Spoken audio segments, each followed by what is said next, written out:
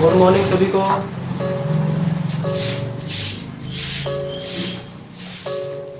क्या आवाज क्लियर आ रही है? वीडियो साफ दिख रही है?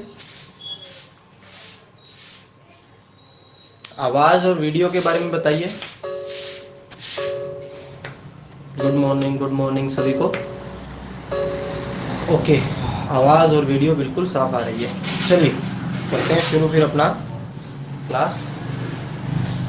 तो लास्ट टाइम हमने सरफेस केमिस्ट्री जो है वो शुरू किया था, उसका इंट्रोडक्शन किया था कि एडजॉर्प्शन क्या होता है, एडजॉर्बेट क्या होता है, एडजॉर्बेंट क्या होता है ना, ओक्लूजन, डीजॉर्प्शन, कुछ एग्जांपल भी देखे, मैकेनिज्म भी देखा एडजॉर्प्शन होता कैसे है ना, और साथ में हमने ये भी देखा कि why adsorption is an exothermic process. Mark my words, ये बहुत ही इंपॉर्टेंट क्वेश्चन है, 2 नंबर के अंदर बहुत बार पूछा जाता है कि एडजॉर्प्शन एक्सोथर्मिक प्रोसेस क्यों है।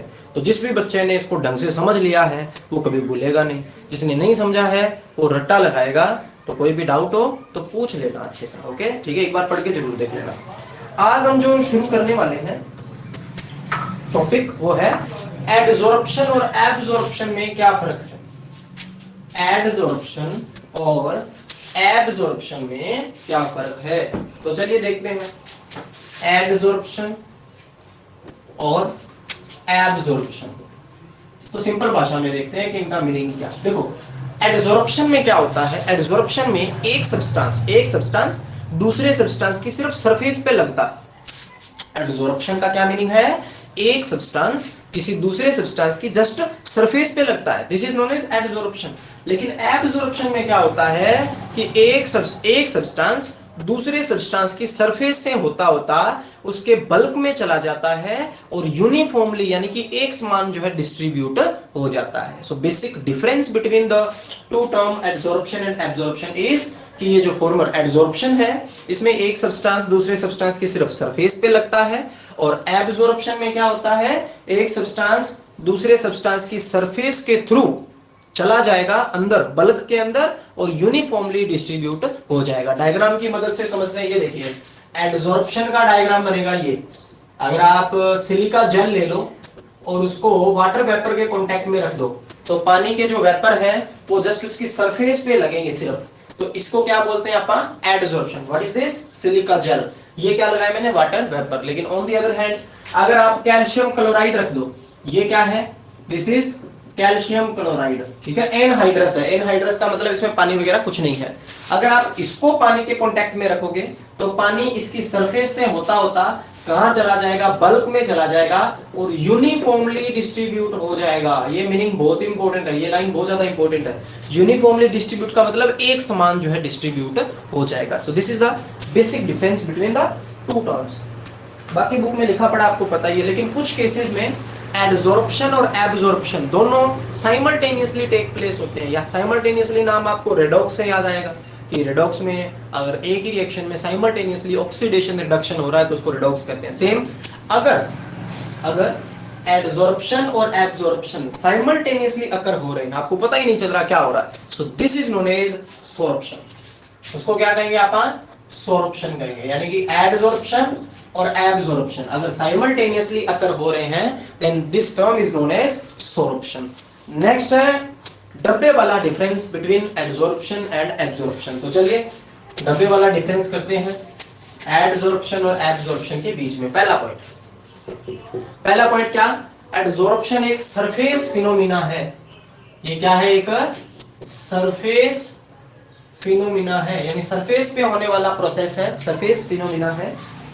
ये सिर्फ और सिर्फ एडजॉर्बेंट की सरफेस पे ही होता है। ये जो एडजॉर्प्शन है it is a surface phenomena और ये सिर्फ कहां होता है, एडजॉर्बेंट की सरफेस पे। लेकिन ये भाई साहब जो है एब्जॉर्प्शन, ये एक बल्क फिनोमिना है, इट इज बल्क फिनोमिना, यानी कि ये सिर्फ सरफेस पे नहीं होता, ये थ्रू आउट द बॉडी होता है। एडजॉर्बेंट तो नहीं कहेंगे इस केस में, इस केस में आप कहेंगे कि ये जो भी मटेरियल आप इसमें यूज करेंगे उसके थ्रू आउट द बॉडी जो है ये प्रोसेस जो है अकर होगा। ये सिर्फ सरफेस पे अकर होगा, ये थ्रू आउट द बॉडी, यानी it is a surface phenomena, it is a bulk phenomena. Bulk का मतलब ये अंदर भी ये अकर होगा, ठीक है।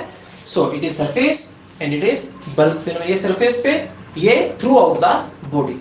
दूसरी खास बात, दूसरी खास बात, एडसॉर्प्शन में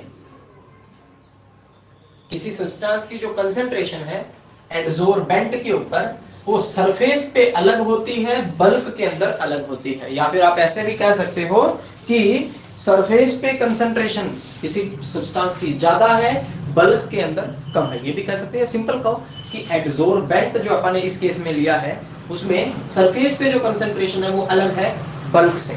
लेकिन यहां पर देखिए, यहां पर थ्रू आउट, पूरे मटेरियल के थ्रू आउट जो है कंसेंट्रेशन जो है सेम रहती है। यानी जो अपना एडसॉर्प्शन है इसके अंदर एडसोर्बेंट के ऊपर सरफेस पे कंसेंट्रेशन अलग है बल्क से, लेकिन यहाँ पे जो कंसेंट्रेशन है वो क्या है, यूनिफॉर्म है, यानी कि एक समान है। अब मेरा एक क्वेश्चन है, एडसॉर्प्शन एक कैसी प्रोसेस है, एक्सोथर्मिक और एंडोथर्मिक? एडसॉर्प्शन कैसी प्रोसेस है, एक्सो और एंडो? बताइए शाबाश। आंसर आने लग गए होंगे, मे बी चैट के अंदर देख लेता हूं मैं। हाँ जी, एक्सो। भरत सिंह ने कहा सर लास्ट वाला टॉपिक एक बार और करवाना। कौन सा टॉपिक, कौन सा टॉपिक भरत बताइए, पहले मैंने चैट देखा नहीं आपका। नाम बताइए टॉपिक का। सर ये एंट्रोपी वाला था ना, एंट्रोपी चेंज। ठीक है, पक्का करवाता हूँ। ये टेबल वाला डिफरेंस हो जाए उसके बाद वो दोबारा करवा दूंगा, ठीक है। ये वाला डिफरेंस कर ले आप, उसके बाद वो करवाता हूँ दोबारा, एंट्रोपी वाला, ठीक है। हाँ जी, तो ये सरफेस फिनोमिना सिर्फ सरफेस पे, ये bulk phenomena through out the body of the material होता है। इसमें एडसोर्बेंट की सरफेस पे कंसेंट्रेशन अलग है बल्क से। यहाँ पर मटेरियल के अंदर थ्रू आउट चारों तरफ जो कंसेंट्रेशन होती है वो क्या होती है, सेम होती है, ठीक है। हाँ जी, अब इसका आंसर आपने दे दिया था, मैंने पूछा था तीसरा पॉइंट। एडसॉर्प्शन एक एक्सोथर्मिक प्रोसेस होती है, it is an exothermic process, लेकिन ये ना तो एक्सो है और ना ही ये एंडो है। इसमें ना एनर्जी रिलीज होती है ना ही एनर्जी लगती है। और चौथी बहुत ही ज्यादा इंपॉर्टेंट बात कि इस प्रोसेस की जो रेट है, यानी एडसॉर्प्शन की जो स्पीड है, वो शुरू में, बिगिनिंग में, शुरुआत में तो बहुत ही ज्यादा हाई होती है, लेकिन उसके बाद धीरे धीरे जो है डिक्रीज होने लग जाती है। इसके पीछे रीजन मैं देता हूं आपको। ये देखिए, मान लीजिए ये अपना एडसोर्बेंट है और ये जो है ये एब्सोर्बेट है, ठीक है। तो शुरू में अब एडसॉर्प्शन पढ़ रहे हैं आप, इसका मतलब ये एडसोर्बेट जो है इसके ऊपर लगने वाला है, सरफेस पे लगने वाला है। शुरू में रेट बिगिनिंग में हाई क्यों होती है, क्योंकि देखो सारा सरफेस खाली पड़ा है, तो ये फटाफट सारे के सारे मॉलिक्यूल जो है सरफेस पे लगने लग जाते हैं, ठीक है। तो जब शुरुआत में सरफेस पूरी की पूरी खाली होती है उस टाइम स्पीड हाई होने का रीजन है कि सारे के सारे मॉलिक्यूल सरफेस पे टूट पड़ते हैं। लेकिन जब ये सारी सरफेस कवर हो जाएगी उसके बाद इसकी जो रेट है वो भी कांस्टेंट हो जाएगी, यानी जितने मॉलिक्यूल सरफेस पे आके लगेंगे उतने ही मॉलिक्यूल यहाँ से बाहर चले जाएंगे, जिसको अपन इक्विलिब्रियम भी कहते हैं। सो इसकी रेट शुरुआत में बिगिनिंग में हाई होती है, उसके बाद धीरे धीरे क्या हो जाएगी, स्लो हो जाएगी। या फिर आप ऐसे कह सकते हो कि इसकी रेट कांस्टेंट हो जाएगी, या फिर बाद में एडसॉर्प्शन होगा ही नहीं ना, जब सरफेस ही कवर हो गई तो एडसॉर्प्शन नहीं होगा। इसकी जो रेट है, थ्रू आउट द प्रोसेस क्या रहती है, सेम रहती है। इसकी जो रेट है वो थ्रू आउट द प्रोसेस क्या रहती है, सेम रहती है। डब्बे वाला डिफरेंस क्लियर? क्या डब्बे वाला डिफरेंस क्लियर है एडसॉर्प्शन और एब्सॉर्प्शन के बीच में?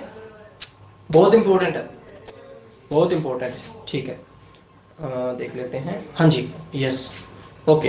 तो ये था आपका difference between adsorption and absorption. अब जो भरत ने कहा कि एंट्रोपी वाला दोबारा समझाना है वो देख लेते हैं आप। स्क्रीनशॉट लेने की, हाँ, एक बुक के अंदर ये नोट कर लेना, जो एक्सो एंडो वाला पॉइंट मैंने करवाया है, adsorption is an exo, this is neither exo nor endo, वो पॉइंट बुक में नहीं है, बुक में नोट कर लेना। अभी कर लो, बाद में भूल जाओगे, अभी कर लो, बाद में भूल जाओगे। हाँ जी, तो देखो एक इक्वेशन होती है अपनी केमिस्ट्री के अंदर, उस इक्वेशन का ये देखिए रिप्रेजेंटेशन कुछ इस तरीके से करते हैं आप, delta G is equal to delta H minus T delta S. यहाँ पे जो डेल्टा एस है वो क्या है, चेंज इन एंट्रोपी। एस होता है entropy, delta S is change in entropy. अब ध्यान से सुनिएगा, हम क्या कर रहे हैं, हमारे पास ये एडजोर्बेंट है कोई सॉलिड, और ये कोई गैस का मॉलिक्यूल है जो इस सरफेस पे लगने वाला है। तो जब तक एडजॉर्प्शन नहीं हुआ था उस टाइम तक ये जो गैस का मॉलिक्यूल था इसकी एंट्रोपी, इसकी फ्रीडमनेस काफी ज्यादा थी। लेकिन जैसे ही एडजॉर्प्शन होगा, यानी ये गैस का मॉलिक्यूल इसकी सरफेस पे आके चिपक जाएगा, इसका मतलब इसकी फ्रीडमनेस जो है या फिर जो एंट्रोपी है वो क्या हो जाएगी, कम हो जाएगी, या सिंपल भाषा में कहूँ तो डिक्रीज हो जाएगी।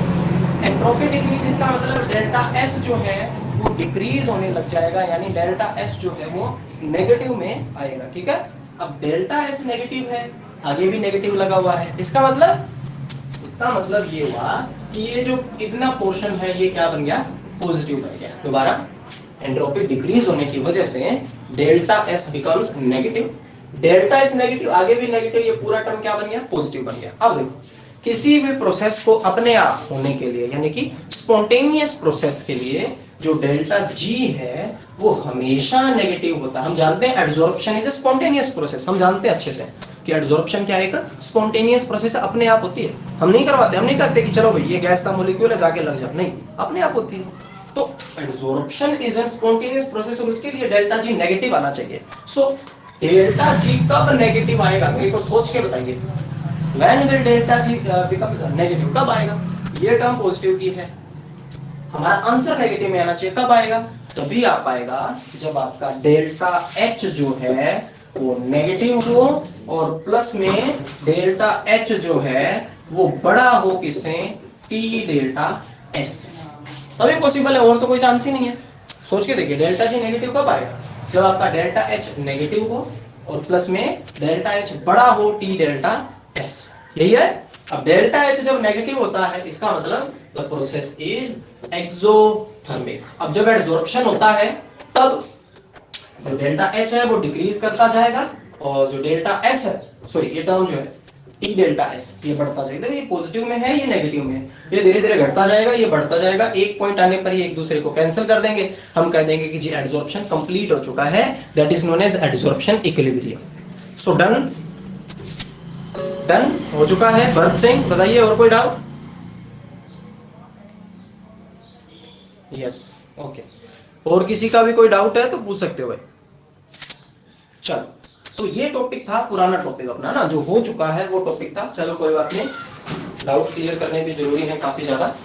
इसके बाद क्या आता है, इसके बाद आते हैं example adsorption, absorption and sorption के। ठीक है, एडजॉर्प्शन, एब्जॉर्प्शन और सोर्प्शन के एग्जांपल देखने को अपने को मिलेंगे। सबसे पहला एग्जांपल, सबसे पहला वैसे दे चुका हूं मैं, अगर आप सिलिका जेल को मोइस्ट एयर के अंदर रखोगे, सिलिका जेल को मोइस्ट एयर में रखेंगे तो क्या होगा, एडजॉर्प्शन या एब्जॉर्प्शन? बताइए, शाबाश, चैट के अंदर बताइए क्या होगा। सिलिका जेल को मोइस्ट एयर में रखेंगे तब क्या होगा, एडजॉर्प्शन या एब्जॉर्प्शन? बताइए, मैंने चैट ओपन कर रखी है। पंकज स्वामी ने लिखा एब्जॉर्प्शन, साहिल ने भी एब्जॉर्प्शन लिखा। दिस इज सिलिका जेल, याद करिए, silica gel. Absorption is wrong answer, Sanju ने एडजॉर्प्शन लिखा है। और अब भरत सिंह, योगेश और सानिया, इन्होंने भी एडजॉर्प्शन लिखा है, जो कि सही भी है। ठीक है, तो बहुत ही सिंपल सी बात है भाई। सिलिका जेल तो आप कब से पढ़ रहे हैं, मैंने नहीं कहा था आपको कि आप कोई भी इलेक्ट्रॉनिक डिवाइस लेके आते हैं उसमें वो सिलिका जेल डालते हैं, किस लिए, ताकि वो पानी के जो वेपर्स हैं, मोइस्ट एयर में क्या होता है, पानी के वेपर्स होते हैं, वो उसको क्या कर सके, एडजॉर्ब कर सके। So when you place silica gel in moist air, adsorption होगा। लेकिन अगर आप एनहाइड्रस कैल्शियम क्लोराइड को मोइस्ट एयर में रखते हो तो क्या होगा भाई, व्हाट विल हैपन, क्या होगा अगर कैल्शियम क्लोराइड को रखते हो, वो भी एनहाइड्रस सूखे को, तो क्या होगा, बताइए। सिलिका जेल को रखोगे एडजॉर्प्शन होगा, एडजॉर्प्शन। और अगर आप कैल्शियम क्लोराइड को रखोगे तो व्हाट विल हैपन, एब्जॉर्प्शन। बिल्कुल सही आंसर है, एब्जॉर्प्शन होगा। ठीक है, एब्जॉर्प्शन। एक मिनट मार्कर चेंज कर लेता हूं मैं। एब्जॉर्प्शन होगा, जो कि बिल्कुल सही है। ठीक है, ये तो एक एग्जांपल देखते हैं। अमोनिया को चारकोल के कांटेक्ट में रख दो, बताइए क्या होगा। अमोनिया एक गैस है, चारकोल कोयला है, बताइए क्या होगा।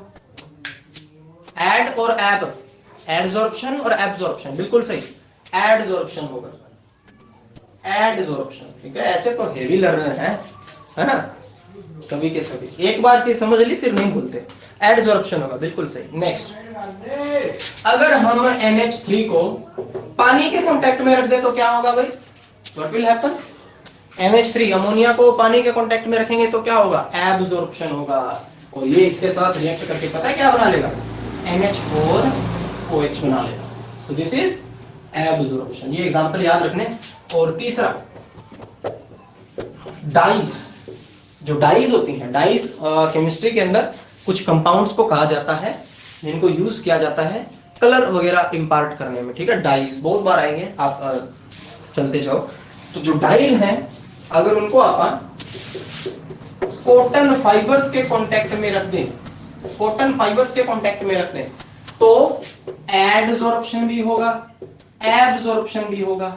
And when both these occur simultaneously, that process is known as, क्या बोलते हैं, जब ये दोनों एक साथ होते हैं तो उसको क्या बोलते हैं भाई, बताइए शाबाश, सोर्प्शन, बिल्कुल से सोर्प्शन, सोर्प्शन। ठीक है, कॉटन फाइबर्स को जब आप डाइज के कांटेक्ट में रखोगे तो एड और एब दोनों होंगे, that is known as sorption.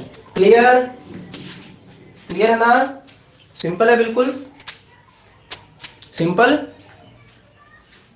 हाँ जी, नेक्स्ट देखिए, नेक्स्ट है एडजॉर्प्शन के दो टाइप हैं, positive adsorption and negative adsorption.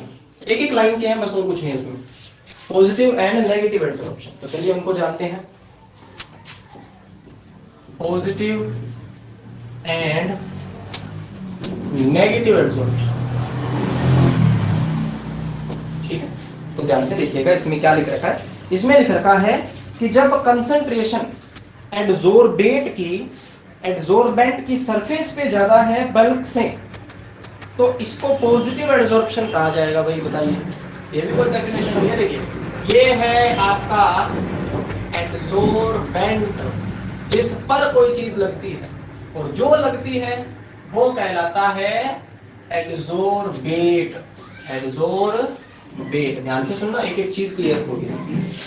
जिस पर कोई चीज एडजॉर्ब होती है एडजॉर्बेंट, जो चीज एडजॉर्ब होती है एडजॉर्बेट। अगर एडजॉर्बेट की कंसंट्रेशन, अगर एडजॉर्बेट की कंसंट्रेशन एडजॉर्बेंट की सरफेस पर ज्यादा है, बल्क में कम है, अंदर की तरफ कम है, सरफेस पे ज्यादा है, this phenomena is known as positive adsorption. इसको क्या कहेंगे, पॉजिटिव एडजॉर्प्शन कहेंगे। बताइए भाई, है कुछ खास इसमें, बहुत ही सिंपल, बहुत ही सिंपल। ठीक है, क्या लिख रखा है कि अगर एडजॉर्बेट की मात्रा सरफेस पर ज्यादा है बल्क से, किसके, एडजॉर्बेंट के, this is known as positive adsorption.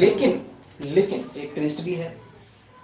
अगर ये देखिए, ये आपका है एडजॉर्बेंट, ठीक है, एडजॉर्बेंट, यहां पे है आपका एडजॉर्बेट।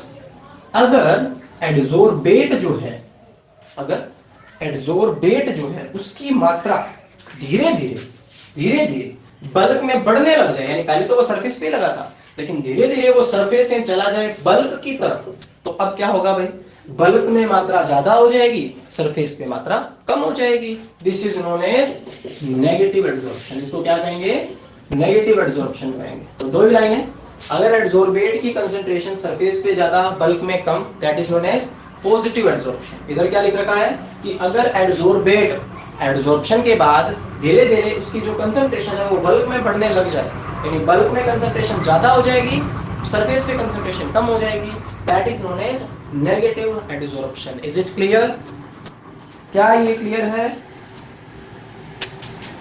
क्या ये क्लियर है?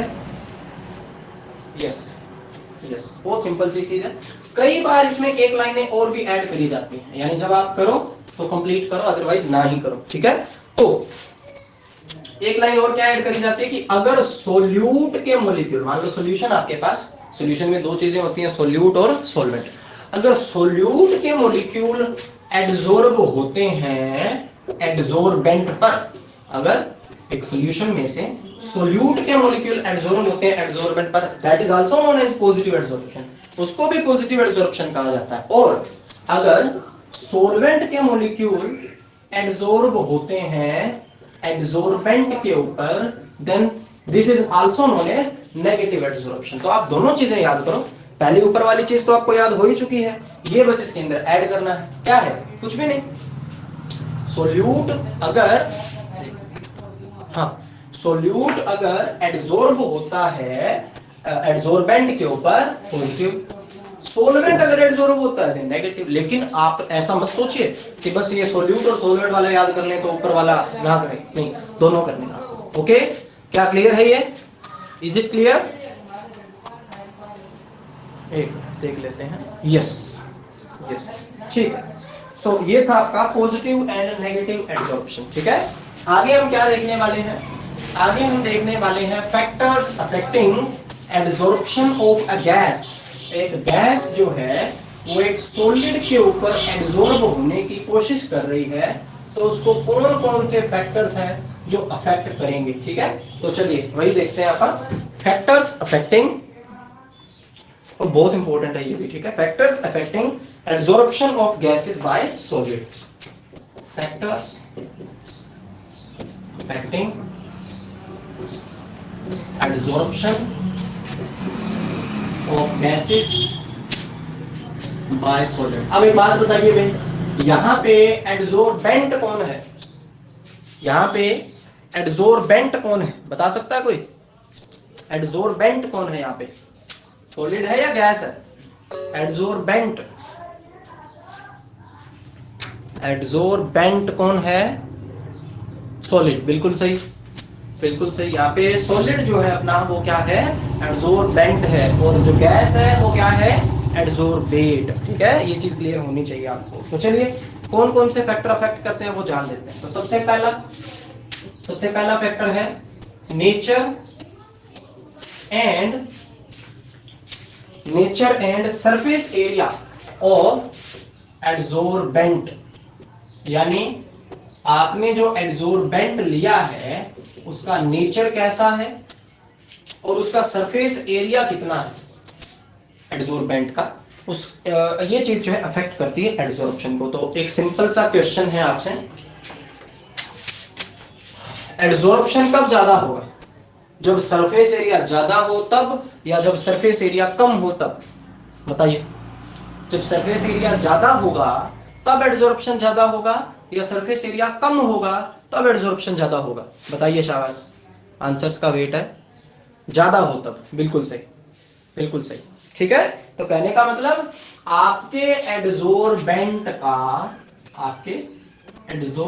का सरफेस एरिया जितना ज्यादा होगा उतना ही ज्यादा एडजॉर्प्शन होगा। भाई बोर्ड से बढ़िया एग्जांपल हो ही नहीं सकता इसका। जितना ज्यादा सरफेस एरिया होगा उतना ही मैं लिख पाऊंगा ना, सही बात है। जिस एडजॉर्बेंट का जितना ज्यादा सरफेस एरिया होगा उतना ही ज्यादा एडजॉर्प्शन जो है देखने को मिलेगा। ये तो हुई पहली लाइन। अब मैं एक और सिंपल सा क्वेश्चन पूछता हूं आपसे। एक तो ये कोयला है भाई, बड़े साइज का कोयला है। हमने क्या किया, इसके छोटे छोटे पीसेस में इसको कन्वर्ट किया, यानी पीट के इसको फाइनली डिवाइड कर लिया है। तो ये देखिए,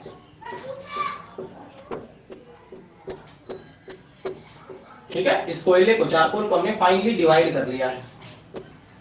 अब आपको आंसर मिलने वाला है कि जो वो पैकेट्स होते हैं सिलिका जेल के, उसमें वो जो सिलिका जेल है उसका बड़ा पीस क्यों नहीं आता, छोटे छोटे क्यों आते हैं? मेरा क्वेश्चन सुनिए, सरफेस एरिया किसका ज्यादा है? सरफेस एरिया किसका ज्यादा है? इसका यानी ए का या बी का? सरफेस एरिया किसका ज्यादा है? आंसर सोचना थोड़ा, इसके अंदर थोड़ा सा सोचना होगा। बी का सरफेस एरिया ज्यादा होगा। रीजन क्या है? रीजन बता सकते, बहुत ही सिंपल सा रीजन। इस ए का सरफेस एरिया काउंट करिए आप, देखिए ये कोयला है, इसका सरफेस एरिया, इसका तो सिर्फ इतना ही काउंट होगा, लेकिन यहाँ पे इसके जो भी पीस बने हैं उन सभी का सरफेस एरिया जो है वो काउंट होने वाला है। थोड़ा सोच के देखिए, कोयला बंद जो है, बंद कोयला जो है, उसके अंदर जो मटेरियल है उसकी सरफेस तो आप यूज ही नहीं कर रहे थे, लेकिन इसको तोड़ने से इसके जो अंदर वाले पार्टिकल्स हैं वो भी बाहर आ जाएंगे और उनका भी सरफेस जो है वो यूज किया जाएगा। कहने का मतलब बहुत ही सिंपल सी बात है कि इसमें तो बाहर वाली सरफेस ही आप यूज कर सकते हैं, अंदर जो कोयले के जो पीसीज हैं वो अपने यूज हो ही नहीं रहे, लेकिन इसको अगर तोड़ दें तो अंदर वाले भी यहाँ पे बाहर रिलीज हो जाएंगे और उनका भी सरफेस जो है काम में आएगा। सो इनका सरफेस एरिया जो है वो ज्यादा होता है। अब ध्यान से सुनिएगा बात क्या कह रहा हूं। फाइनली डिवाइडेड एडसोर्बेंट, जो फाइनली डिवाइडेड एडसोर्बेंट होता है उस केस में एडसोर्प्शन भी ज्यादा होता है।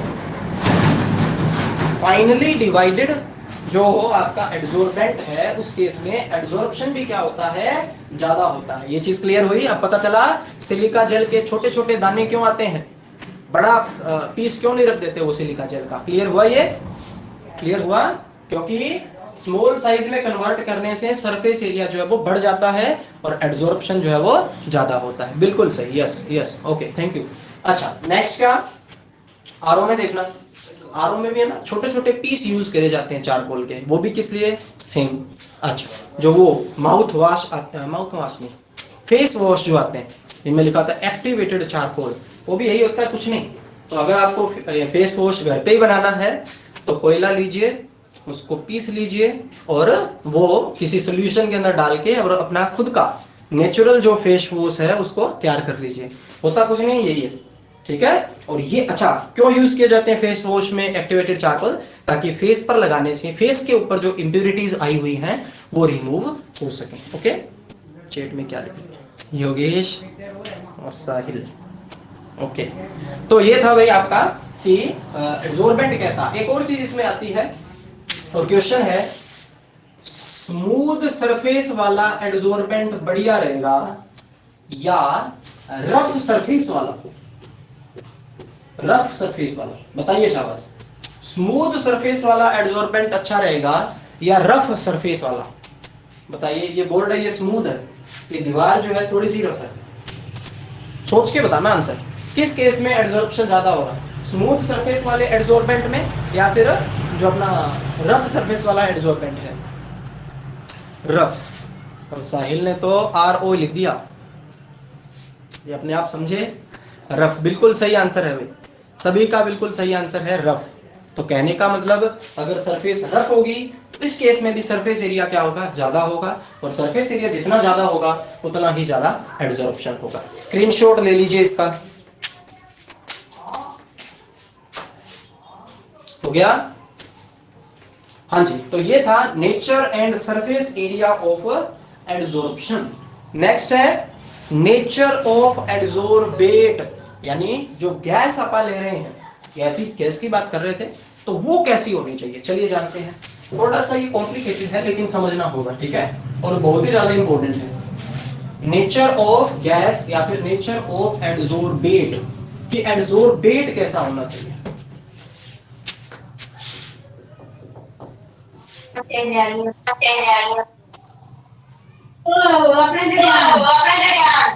माइक्रोफोन ऑफ करिए, किसका ऑन है, साहिल का में भी ऑन है, नहीं सान्या का।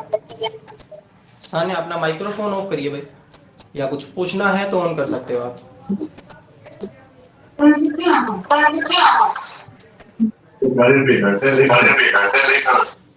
हाँ जी। अच्छा, एक चीज और, आपका जो होमवर्क है, बहुत सारे बच्चों ने अभी तक होमवर्क जो है वो सेंड नहीं किया मेरे को। होमवर्क जल्दी से जल्दी सेंड करिए आप अपना, और जो नया चैप्टर शुरू हो चुका है इसका भी साथ के साथ काम करते रहिए, क्योंकि साथ के साथ अगर काम करोगे तो बर्डन जो है वो क्रिएट नहीं होगा, ठीक है। पिछली बार आपको काफ़ी ज़्यादा मे भी छूट मिली हो, कॉपी वगैरह चेक ना करी हो मैंने, लेकिन अब जो है +2 के अंदर फर्स्ट डे, पहली बात तो मैंने बताई दिया है आपको, फर्स्ट डे फर्स्ट टेस्ट होगा और सेकंड डे कॉपी चेक होगी, ठीक है। फर्स्ट डे फर्स्ट टेस्ट और सेकंड डे कॉपी चेक। तो ये चीज़ जो है आपने याद रखनी है कि जब भी स्कूल ओपन होते हैं, जब भी मे बी 1 तारीख से या 10 तारीख से या 15 से जब भी होते हैं, फर्स्ट डे आपका जितना भी सिलेबस हो चुका है उसका टेस्ट होगा, एंड सेकेंड डे जितना भी हो चुका है उसकी कॉपी चेक होगी। कोई भी एक्सक्यूज जो है वो आपने क्रिएट नहीं करना है। ओके, सो हम क्या देख रहे थे?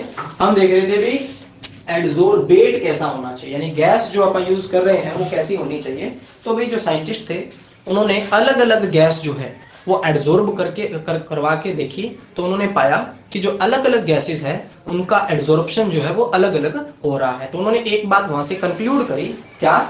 कि जो गैस इजीली लिक्विफाइएबल होती है, जो गैस इजीली लिक्विफाइएबल होती है, उस गैस का एडजोर्प्शन जो है वो भी ज्यादा होता है। ये लाइन याद करिए, ये लाइन याद करिए। क्या लाइन है?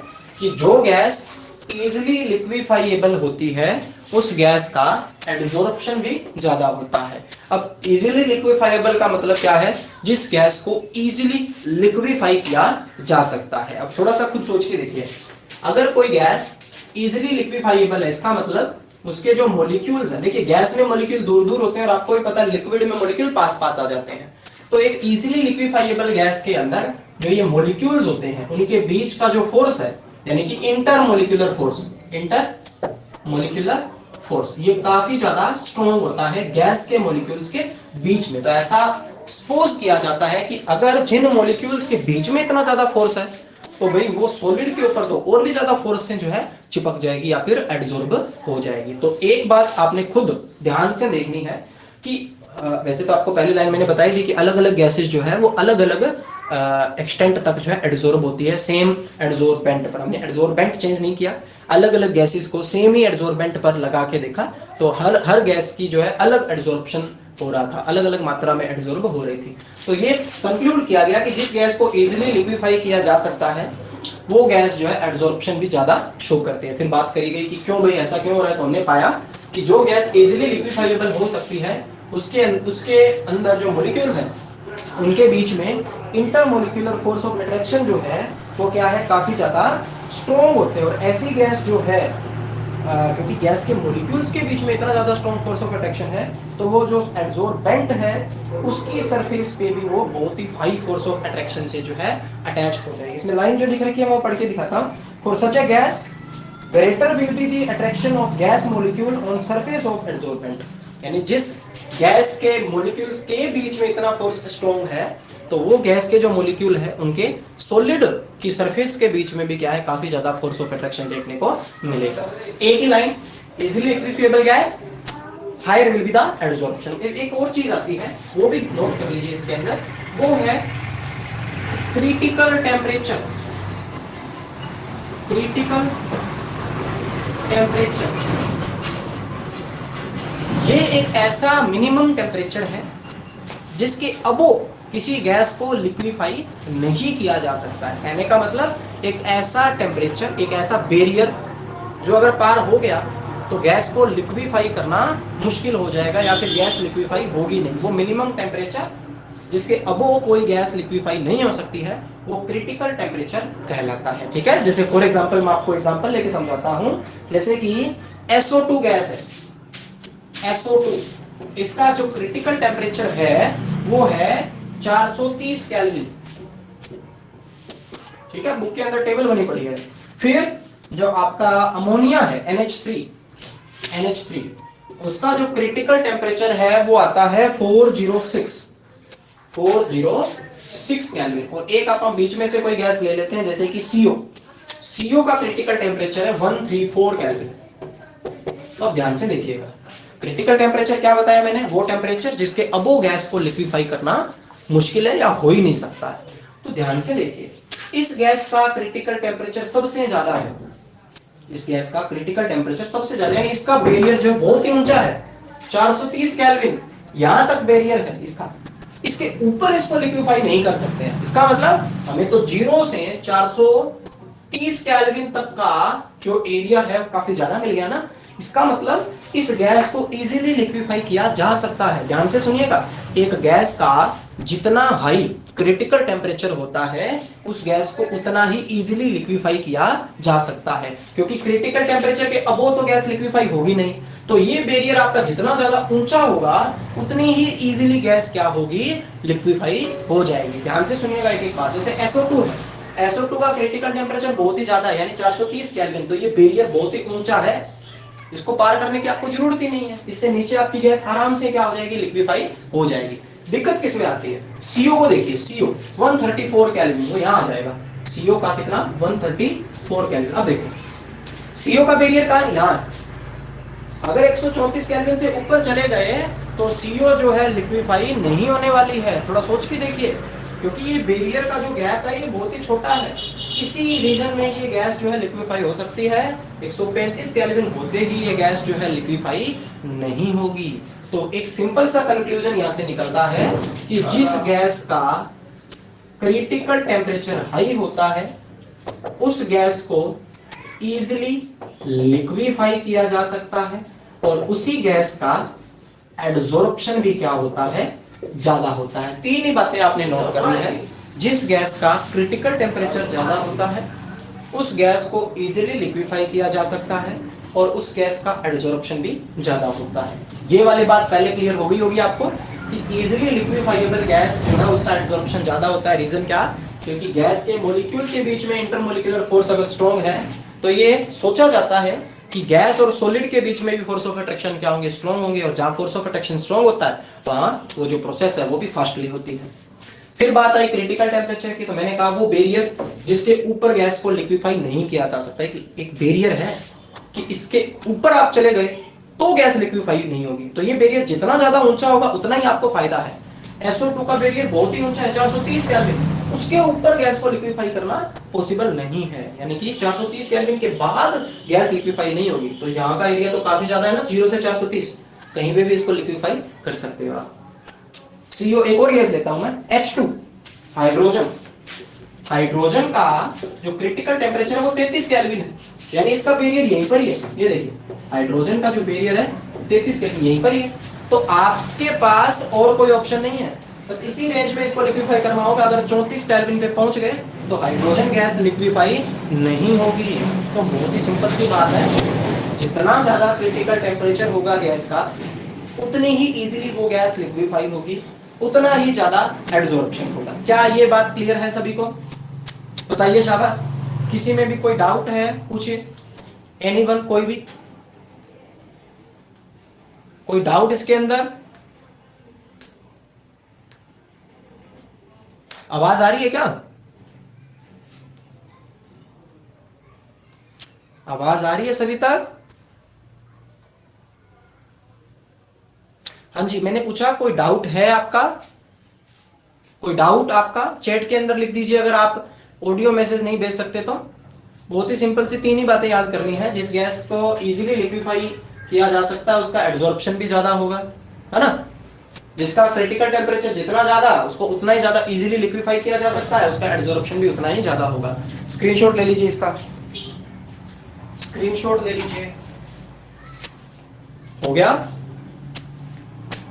ओके, नेक्स्ट है टेम्परेचर। ये आप जब कहानी पढ़ोगे ना तब आप खुद समझ जाओगे कि इसमें है कुछ नहीं।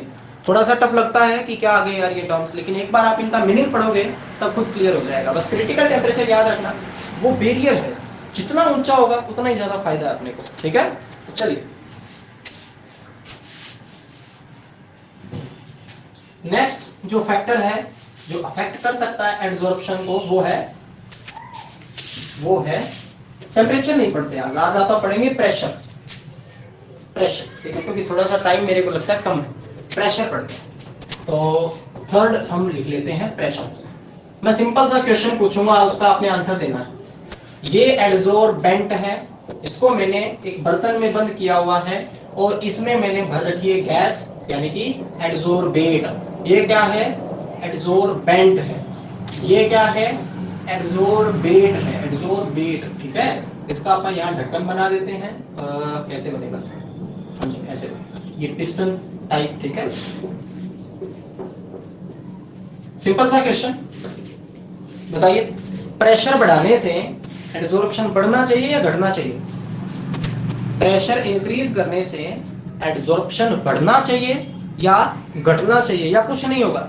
बताइए शाबाश। ये ऊपर पिस्टन लगा हुआ है, इसको ऐसे नीचे करेंगे इसको, तो गैस के जो मॉलिक्यूल्स हैं उन पे प्रेशर लगेगा। तो मेरा क्वेश्चन है, प्रेशर इंक्रीज करने से एड्सॉर्प्शन बढ़ेगा या घटेगा? इंक्रीज होगा। भरत सिंह ने आंसर दिया इंक्रीज होगा। बिल्कुल सही, बिल्कुल सही, बिल्कुल सही। साहिल का भी आंसर बिल्कुल सही है। तो जो भी बच्चे आंसर दे रहे हैं, बहुत अच्छा लग रहा है कि आप साथ के साथ चीजों को समझ रहे हो। तो जितना ज्यादा आप प्रेशर लगाओगे उतना ही ज्यादा एड्सॉर्प्शन बढ़ता जाएगा। लेकिन क्या ये लगातार रहेगा भाई? सोच के देखिए थोड़ा, क्या प्रेशर बढ़ाते जाए एड्सॉर्प्शन बढ़ता जाएगा? नहीं, एक टाइम ऐसा आ जाएगा जब आप कितना ही प्रेशर बढ़ा लो एड्सॉर्प्शन पे कोई फर्क नहीं पड़ेगा। क्यों? क्योंकि सारा का सारा जो सरफेस है वो तो कवर हो जाएगा। अगर सारा का सारा सरफेस कवर हो गया तो फिर आप कितना ही प्रेशर बढ़ा लीजिए, कुछ नहीं होने वाला है। तो इसका मतलब क्या हुआ कि अगर आप प्रेशर बढ़ाते हो, प्रेशर इंक्रीज करते हो, तो एड्सॉर्प्शन इंक्रीज तो होता है, लेकिन इसकी एक लिमिट है। ऐसा नहीं कि चलता ही जाएगा, जितना ज्यादा प्रेशर बढ़ता जाएगा उतना ज्यादा एड्सॉर्प्शन होता है, ऐसा नहीं। एक पॉइंट आएगा जब एड्सॉर्प्शन कांस्टेंट हो जाएगा, यानी कि एड्सॉर्प्शन ना बढ़ेगा ना घटेगा। क्यों? क्योंकि उस टाइम तक सारा का सारा जो सरफेस है एड्सॉर्बेंट का वो कवर हो चुका होगा। अच्छा, इसमें क्या लिख रखा है बुक के अंदर? बुक में लिख रखा है कि कांस्टेंट टेम्परेचर पे जो गैस का एड्सॉर्प्शन है वो बढ़ता है अगर आप प्रेशर को बढ़ाते हो। ये ऑब्जर्व किया गया है कि लो टेम्परेचर पर जो एड्सॉर्प्शन है वो बहुत ही तेजी से बढ़ता है अगर आप प्रेशर को इंक्रीज करते हो। सिंपल एक ही लाइन याद करनी है आपको, सिंपल एक line, if we increase the pressure adsorption of gas increases but up to a certain limit. एक लिमिट तक बढ़ता है, उसके बाद क्योंकि सारा का सारा सरफेस एरिया जो है इसका कवर हो जाता है, उसके बाद जो एड्सॉर्प्शन है वो इंक्रीज नहीं होगा। क्या ये चीज क्लियर है? क्या ये चीज क्लियर है? टेम्परेचर में ना थोड़ा टाइम लग जाएगा। क्या ये चीज clear? Yes, okay, thank you. ठीक है, अच्छा एक और पॉइंट कर लेते हैं, चौथा पॉइंट। चौथा पॉइंट है, टेम्परेचर कल करेंगे, टेम्परेचर कल करेंगे। चौथा पॉइंट है activation of adsorbent. Activation of adsorbent. Activation of adsorbent. तो भाई एड्सॉर्बेंट को कैसे एक्टिवेट किया जा सकता है, इसके कुछ पॉइंट्स हैं। सबसे पहला, अगर मान लो आपको जो एड्सॉर्बेंट दिया गया है उसकी सरफेस स्मूथ है, तो आप क्या करो, उसकी सरफेस को क्या कर दो, रफ कर दो। क्योंकि हमने अभी भी पढ़ा था कि जितना रफ सरफेस होगा उतना ही ज्यादा एड्सॉर्प्शन होगा। तो पहला पॉइंट एक्टिवेशन में क्या आ जाएगा, by making the surface of adsorbent rough. Adsorbent की सरफेस, अगर हमें जो एड्सॉर्बेंट दिया गया है वो स्मूथ सरफेस का है, तो उसकी सरफेस को रफ बनाया जा सकता है, रब करके या कैसे न कैसे करके, वो आप कर सकते हैं। नेक्स्ट बात है, अगर आपको बड़ा पीस दिया गया है एड्सॉर्बेंट का, तो आप क्या करोगे? अगर आपको बड़ा पीस दिया गया है एड्सॉर्बेंट का, तो आप क्या करोगे? उसको क्या करोगे? चैट में लिख दीजिए, कोई बात नहीं, चैट में लिख दीजिए। स्मॉल पीसेस में डिवाइड करेंगे। बिल्कुल सही, स्मॉल पीसेस में डिवाइड करेंगे। हमें पता है कि जितने ज्यादा स्मॉल पीस उसके हो जाएंगे उतना ही ज्यादा एड्सॉर्प्शन। बिल्कुल सही, सभी का आंसर बिल्कुल सही है। एक उसको ना आप क्या करेंगे, उसको हीट करेंगे। जो आपको अपने को एड्सॉर्बेंट दिया है ना, उसको हीट करेंगे ताकि पहले से एड्सॉर्ब्ड कोई गैस अगर है तो वो क्या हो जाए, रिमूव हो जाए। तो ये 3 पॉइंट इसके अंदर आएंगे। पहला, सरफेस को रफ कर देना, जो भी अपने को एड्सॉर्बेंट दिया गया है उसकी। दूसरा पॉइंट इसमें क्या आता है, दूसरा पॉइंट आता है कि अगर बड़ा पीस दिया गया तो उसको स्मॉल पीसेस में कन्वर्ट करना। और तीसरा जो पॉइंट आता है वो आता है by removing the gases already adsorbed. जो पहले से एड्सॉर्ब्ड गैसेस है उनको रिमूव कर देना बाय हीटिंग। सो भाई आज का लेक्चर इतना ही है, आज हम इतना ही करेंगे। आप पढ़ते रहिए अच्छे से, कोई डाउट्स वगैरह आए तो पूछते रहिए। Okay okay. और एक हर वीक आपकी जो कॉपी है वो चेक करी जाएगी भाई। अब जो संडे आ रहा है, इस वीक में किए गए काम को चेक किया जाएगा हर हाल में। जितने भी बच्चे जुड़ते हैं वो सारे के सारे अपने जो कॉपी हैं वो चेक करवाएंगे, और वो भी कंप्लीट, पहला पेज लास्ट पेज ऐसा नहीं। अगर आपने इस वीक में 10 पेज भरे हैं तो 10 के 10 पेज आने चाहिए, ठीक है। तो यहां तक आपका जो वर्क है वो कंप्लीट कर लीजिए, इस संडे को कॉपी चेक हो। ओके ओके हाँ। और एक चीज और, अगर आपके घर में कोई भी 18+ है तो उसको कहिएगा कि जो ये वैक्सीनेशन वाला काम है वो जरूर करवाएं भाई। आरोग्य सेतु जो ऐप है ना, उसके ऊपर रजिस्ट्रेशन करवा के जो है फिर ये वैक्सीन वाला जो काम है वो हो सकता है। ठीक है, मैंने रिसेंट में अभी लगवाई है, तो इसलिए मैंने सोचा कि बताना जरूरी है, क्योंकि सारे क्या सोचते हैं, मैं भी वेबसाइट पे देख रहा था, कोविन वेबसाइट जो है उस पे, तो कुछ उसका पता ही नहीं चल रहा था 1 महीने से। लेकिन 2-3 दिन पहले आरोग्य सेतु जो ऐप है उसको डाउनलोड करके और उससे जो है वैक्सीनेशन हो चुका है हमारा पूरी फैमिली का। तो आपके घर में भी अगर कोई है तो आप जो है जरूर ये काम करवाएं। ओके, कोई भी और प्रॉब्लम आए तो भी पूछ सकते हो मेरे से। Okay, okay, thank you.